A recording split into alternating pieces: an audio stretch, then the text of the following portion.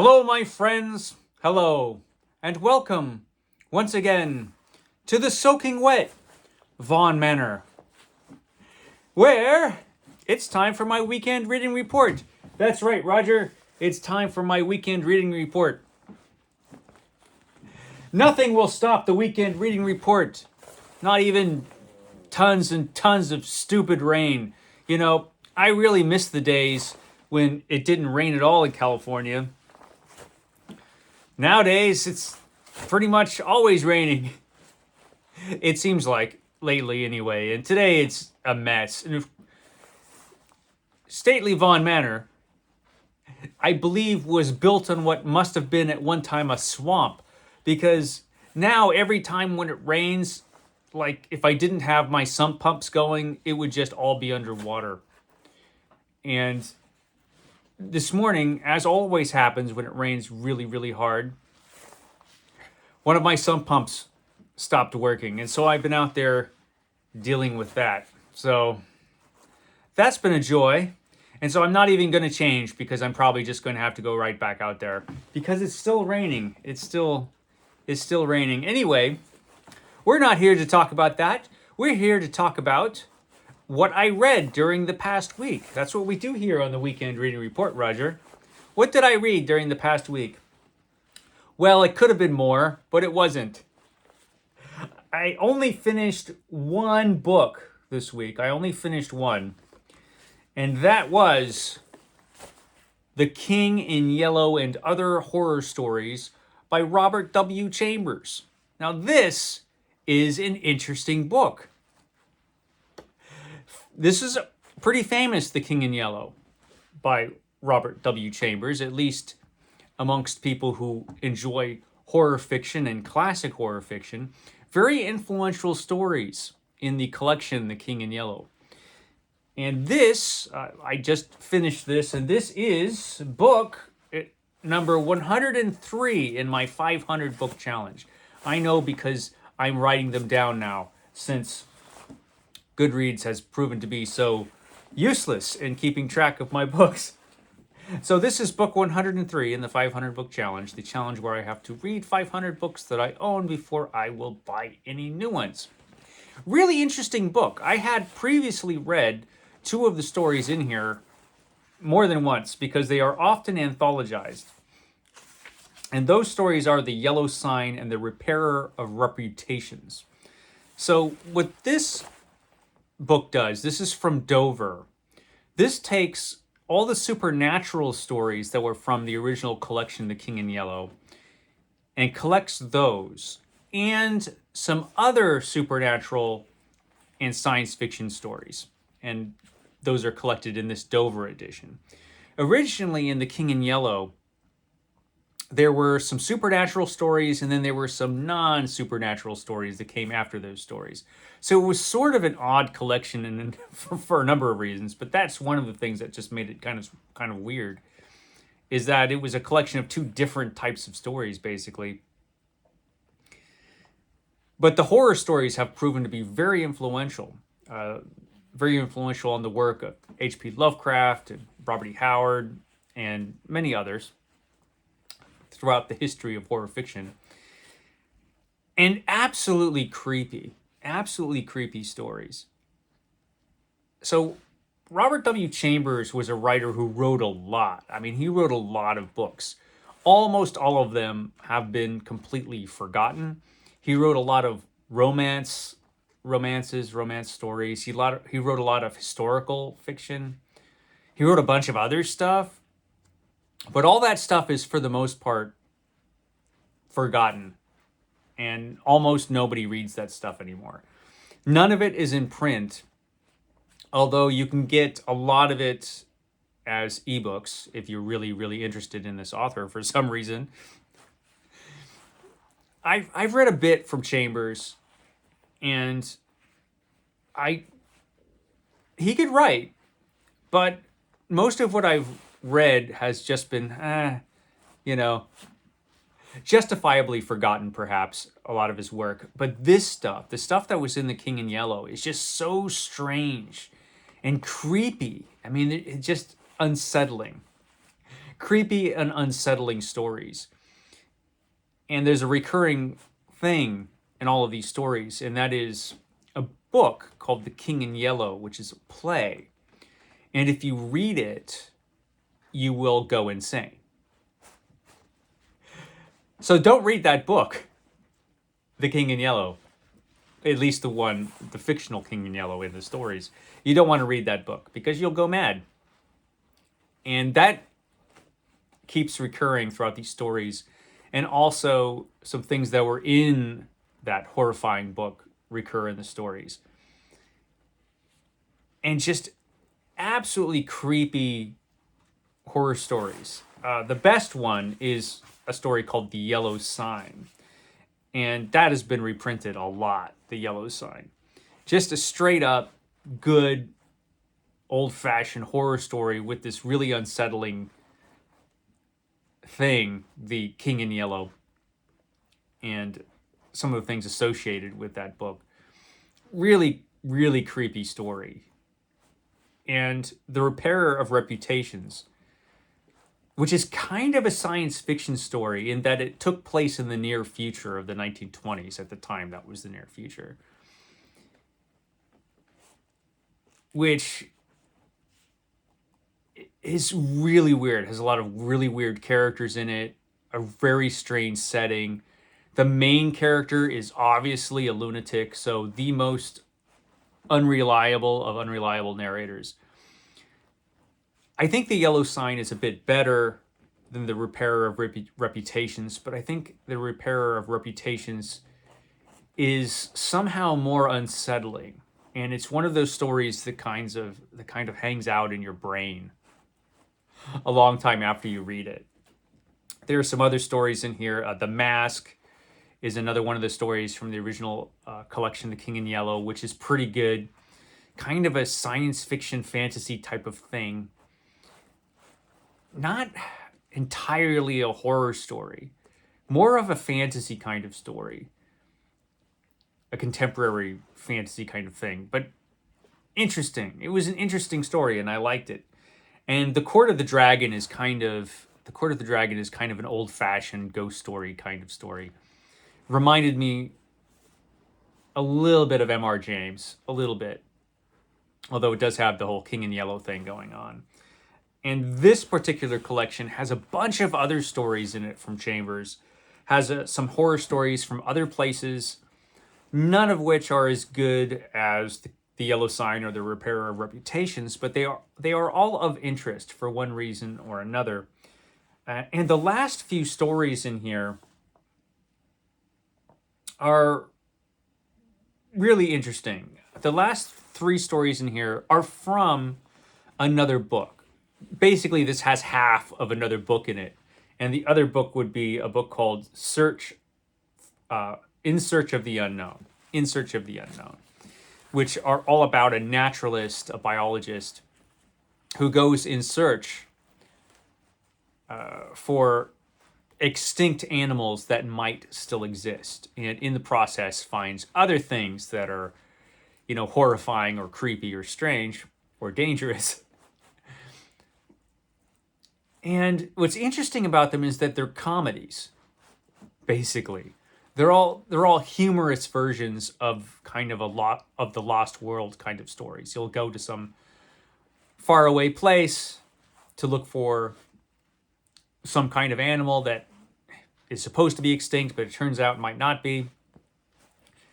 And, runs into humorous shenanigans. And it's interesting. Those are interesting and entertaining stories. And I guess it was a collection, In Search of the Unknown was a collection of 6 of these, all featuring the same main character, doing basically the same thing in all the stories. And Zorro is asleep over there and dreaming. My dog is dreaming. Excuse whatever noises Zorro may produce. Anyway, yeah, so basically this one guy goes around searching for extinct animals, and I think it was a collection of 6 stories. 3 of them are in this, so this is half of that book. It would be interesting to read the rest of that book which I might do one of these days because it's available for free on Project Gutenberg. But this was a really interesting book. It would have been cool if Chambers had decided just to go and become a supernatural horror writer. If he just decided, horror is what I'm going to do, what kind of stuff would he have produced? Because he had a really interesting imagination. And he can produce some really creepy, disturbing things. But I don't think that kind of story...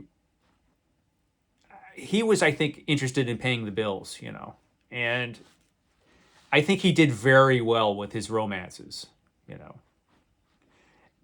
Certainly, a ton of them were printed and produced during his lifetime. He was not like a New York Times bestseller, but he was a guy who sold a lot of books.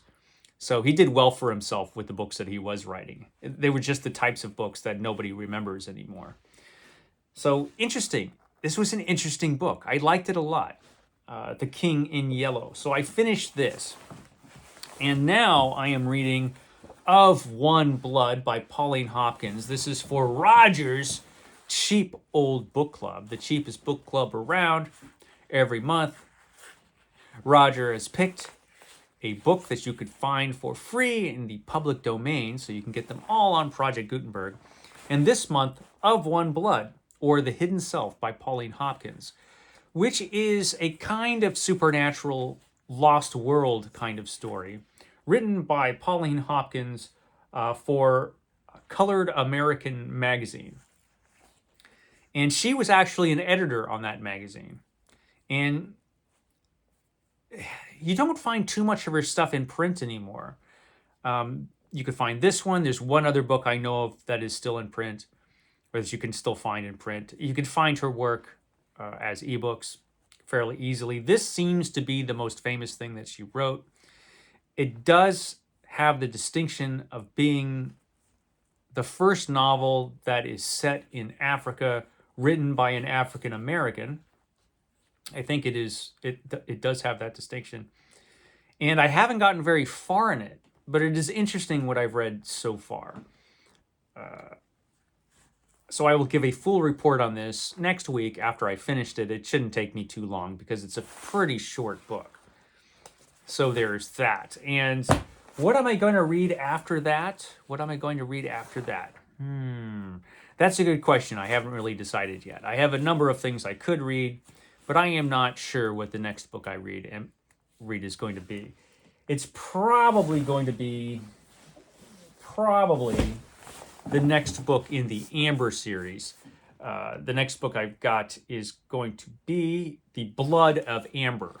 So I'll probably be going back to the great book of Amber as soon as I'm done with Of One Blood and be reading that, because I left this off at kind of a cliffhanger at the end of Trumps of Doom. And so, I want to find out what happened. And this has been a ton of fun so far. Also, I've been reading The Mighty Thor. Of course, I am continuing my project of reading every issue of Thor from the initial run of Thor, which ran from the early 1960s until the mid-1990s. And I am up to the 9th epic collection. This is Even an Immortal Can Die.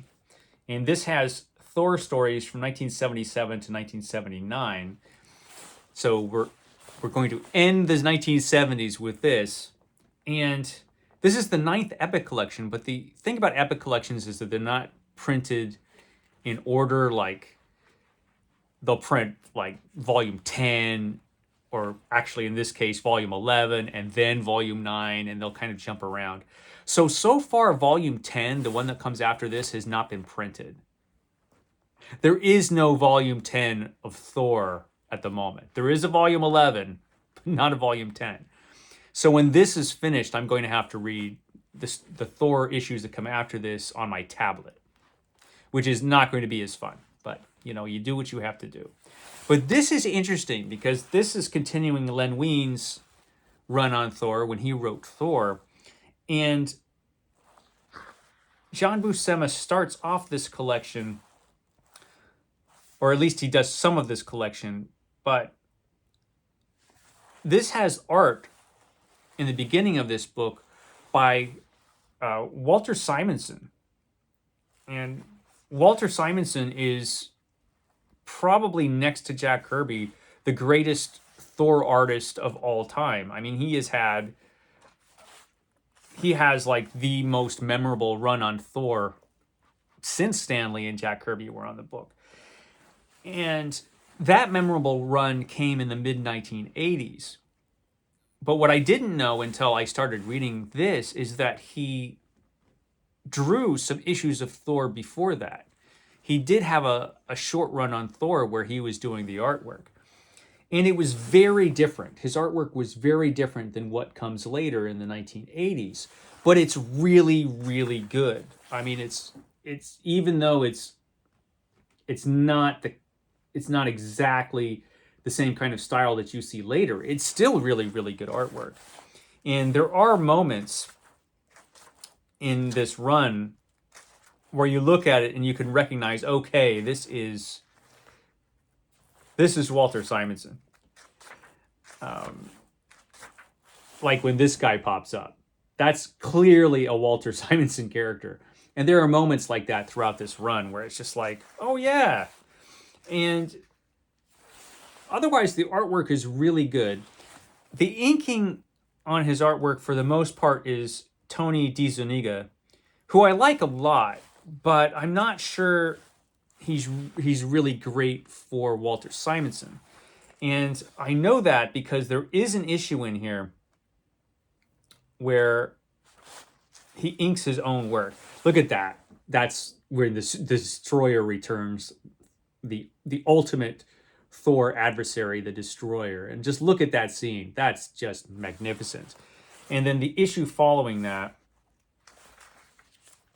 we get Walter Simonson inking himself, and it's just magnificent. That's from issue 265. But the artwork in that issue is particularly good. And we get this just fantastic battle between the Destroyer and Thor. It could be the best battle between the Destroyer and Thor that has happened up to this point in the Thor comic book. So it's great stuff. It's just great stuff. And so I'm really enjoying this so far, this epic collection. So I'm reading that.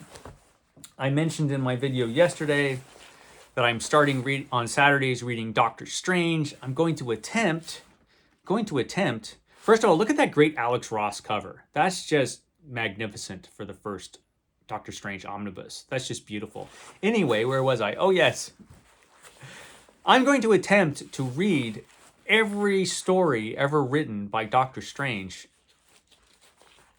And it'll take a long time because I'm mostly just doing it on Saturdays. I'll probably read some during the week, but mostly on Saturdays I'll be reading Doctor Strange. Because I love this character, and there's a bunch of Doctor Strange stories I've never read, or at least haven't read for many, many years. So, yeah, Doctor Strange, I'm reading that. And also on Sundays, I'm going to be I am reading Superman. And the last Superman story I read, or the last Superman issue that I read in this omnibus, this is the Golden Age Superman Omnibus, Volume 2. Can I find the cover in here? Here it is. Here's the cover. That's the cover of the issue I just finished, and that was issue number 14. I read this last Sunday. And this was actually a really good issue. I mean, we've got kind of science fiction stories in here. We've got the typical Superman crime stories in there. It's excellent. And Golden Age Superman was awesome. I'm really enjoying these. And I've got a bunch more of these to go. I think so far they've printed 7 of these. And I think there's an 8th one coming out eventually. I've had it on pre-order forever, but DC's reprint program sucks so much. You never really know when or if these are actually going to come out. And I think that's everything. I will shut up now. I got to go back out and check that the sump pump is still working so that the manor doesn't flood. Okay, I will see you next time.